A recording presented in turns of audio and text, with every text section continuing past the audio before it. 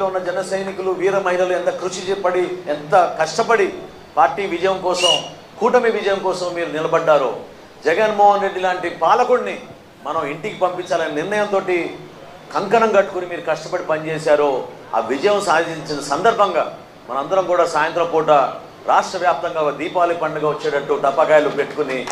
Right Venkatareddy గారు, ఒకే రోజు 2 పండుగలు అండి. అంటే మీరేమో వెన్నుపోటు అంటే ఆయన 2 పంటలు. అంటే చూడండి ఎంత పాజిటివ్గా నాదెండ్ల మనోహర్ గారు కానీ జనసేన కానీ ఆలోచిస్తుంది. మీరేమో నెగిటివ్గా వెన్నుపోటు, ఆ పోటు ఈ పోటు అంటూ కొంత ప్రొయాక్టివ్గా ఉండొచ్చు కదా సార్ మీరు. వాసుదేవన్ గారు, ముందుగా మీకు ప్యానల్లో ఉన్న అందరికీ, అట్లా 99 ప్రేక్షకులందరికీ very good morning. Deepavali, Sankranti ఇట్లాంటి పండుగలు నాదెండ్ల మనోహర్ గారికి, పవన్ కళ్యాణ్ గారికి ఈ సంవత్సరంలో వచ్చినాయి అనేది వాస్తవం. రాష్ట్ర ప్రజలకైతే రాల. ఎందుకంటే జీవితంలో ఇంక ఎమ్మెల్యే కాలేయాలని అనుకున్నటువంటి వ్యక్తి అడ్డదారిలో ఉప ముఖ్యమంత్రి అయితే మరి అతనికి సంక్రాంతి, దీపావళి ఏముంది, దసరా అన్ని కలిపి ఒకేసారి వచ్చినట్టు కదా. ఇంకా సార్లే ఇంక రాజకీయ జీవితం అయిపోయింది అనుకున్న అతనికి మళ్ళీ తెనాల్లో ఎమ్మెల్యే అయ్యి మళ్ళీ మంత్రి అవ్వగానే మరి ఆయనకి సంక్రాంతి, దీపావళి ఏముంది, అన్ని పండుగలు కలిసి వచ్చేసినట్టే కదా. కానీ రాష్ట్ర ప్రజలకు కదా రావాల్సిన పండగ.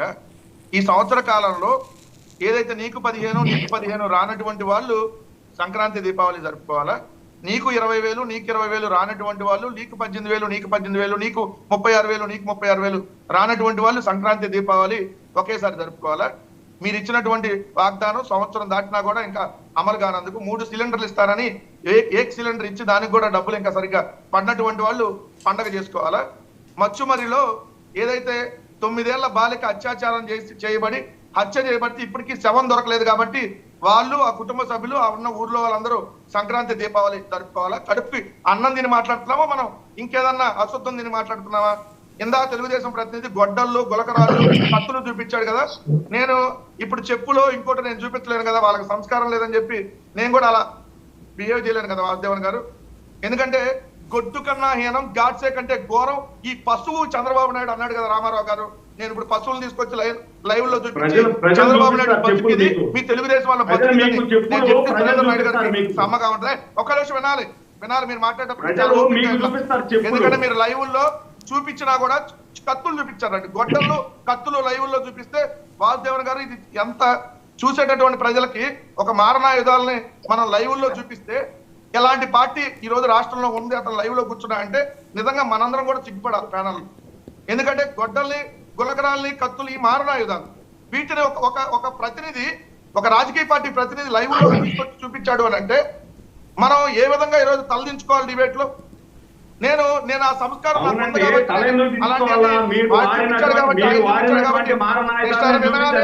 వినాలి,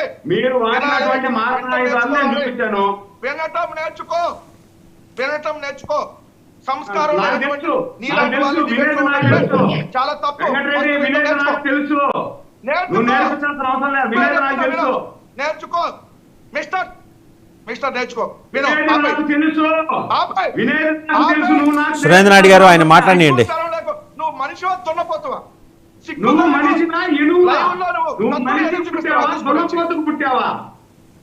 నువ్వు మనిషికి పుట్టావా? ఎలా చేస్తానంటే అలాంటి వాళ్ళని ఎలా చేయండి, మేము వెళ్ళిపోమంటే వెళ్ళిపోతాం.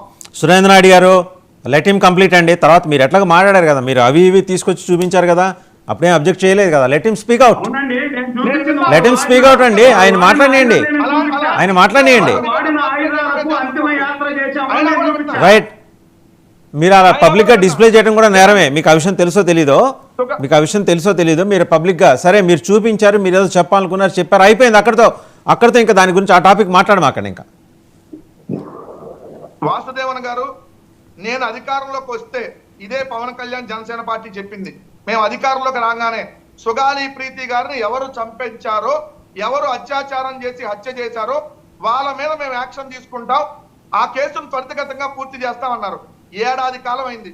ఇప్పుడు సుగాలి ప్రీతి గారి తల్లి అను సుగాలి ప్రీతి గారి తండ్రి లేదంటే వాళ్ళ కుటుంబ సభ్యులు సంక్రాంతి, దీపావళి చేసుకోవాలా?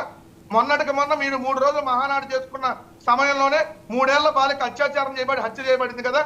3 ఏళ్ల పసిపాప ఎవరు మరి సంక్రాంతి అని దీపావళి చేసుకోవాలా? ఎవరు చేసుకోవాలి సంక్రాంతి, దీపావళి?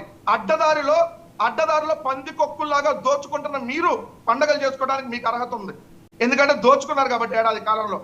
రేషన్ మాఫియా, ఇసుక మాఫియా, మట్టి మాఫియా, పేకాట మాఫియా, మద్యం మాఫియా, దేన్ని వదిలిపెట్టకుండా దోచుకున్న పంది కొక్కులైనటువంటి ఈ తెలుగుదేశం, జనసేన, ఏపీ, బీజేపీలో ఉన్న నాయకులు పండగ చేసుకుంటారేమో సంక్రాంతి, దీపావళి.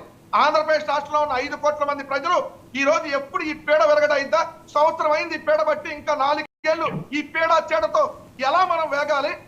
మనుషుల్ని రాక్షసులుగా చూస్తున్నాం. ఎందుకంటే ఇంటింటికి రేషన్ వస్తే రేషన్ పోయింది, ఇంటింటికి రేషన్, ఇంటింటికి పెన్షన్ అందట్లా. ఏదైతే వీళ్ళు ఇస్తారన్న వాగ్దానాలు ఇందాక ఏదో చెప్పుకొని చించుకుంటున్నారు జనసేన, పెన్షన్ ఇచ్చేసాం, ఇది ఇచ్చేసామని. ఏందయ్యా మీరు ఇచ్చింది?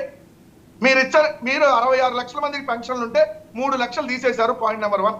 50 సంవత్సరాలు దాటిన ఎస్సీ, ఎస్టీ, బీసీ మైనార్టీలకు పెన్షన్ ఇస్తా అన్నారు. వాళ్ళు 25 లక్షల మంది ఉన్నారు. సంవత్సరం నుంచి 59 సంవత్సరాలు, 60 సంవత్సరాలు అయిన వాళ్ళు ఈ ఏడాదిలో వాళ్ళు ఒక 5-6 లక్షల మంది ఉంటారు. అంటే మీరు ఒక 30 లక్షల మందికి పెన్షన్లు ఎగ్గొట్టి, పెన్షన్లు ఇచ్చాము, ఏక్ సిలిండర్ లాగా ఇది ఇచ్చాము, అది ఇవ్వబోతున్నాం, ఇది ఇవ్వబోతున్నాం. పోయిన సంక్రాంతికి ఇస్తా అన్నారు ఉచిత బస్సు, పోయిన దసరాకి ఇస్తా అన్నారు, పోయిన దీపావళికి ఇస్తా అన్నారు. అప్పుడు పండగలు పోయినాయి, మళ్ళీ పండగలు రాబోతున్నాయి. మరి అన్ని కల్పిస్తారా? మరి నిరుద్యోగ వృత్తి 12 నెలలుగా 12 3 36,000 ఇవ్వాలి. మరి నిరుద్యోగ వృత్తి ఎప్పుడు ఇస్తారు? అన్ని కలిపి ఒకసారి ఇస్తారా? పోయిన ఏడాది రైతు భరోసా 20,000 ఇవ్వాలి, అది కూడా ఈ ఏడాది కల్పిస్తారా? సొల్లు కబుర్లు కాకుండా సొల్యూషన్ చెప్పండి, ఏమి ఇస్తారో చెప్పండి. మాట్లాడితే జగన్మోహన్ రెడ్డి గారి మీద పడి ఏడవటం తప్ప సంవత్సరం అయింది, ఇంకా జగన్మోహన్ రెడ్డి గారి మీద పడి ఏడుస్తారు. మీరేమి ఏడ్చారా నాయన అంటే, లేదండి మేము జగన్మోహన్ రెడ్డి గారి మీద పడి ఏడుస్తామండి. మీరేమి ఏడ్చారా ఏ సంవత్సరం అంటే, లేదండి అన్ని జగన్ అండి. ఇదా మిమ్మల్ని అడిగేది? దీనికి ఆడవడం సంక్రాంతి, దీపావళి కలిపి జరుపుకుంటారంట. సిగ్గు లేదు ఈ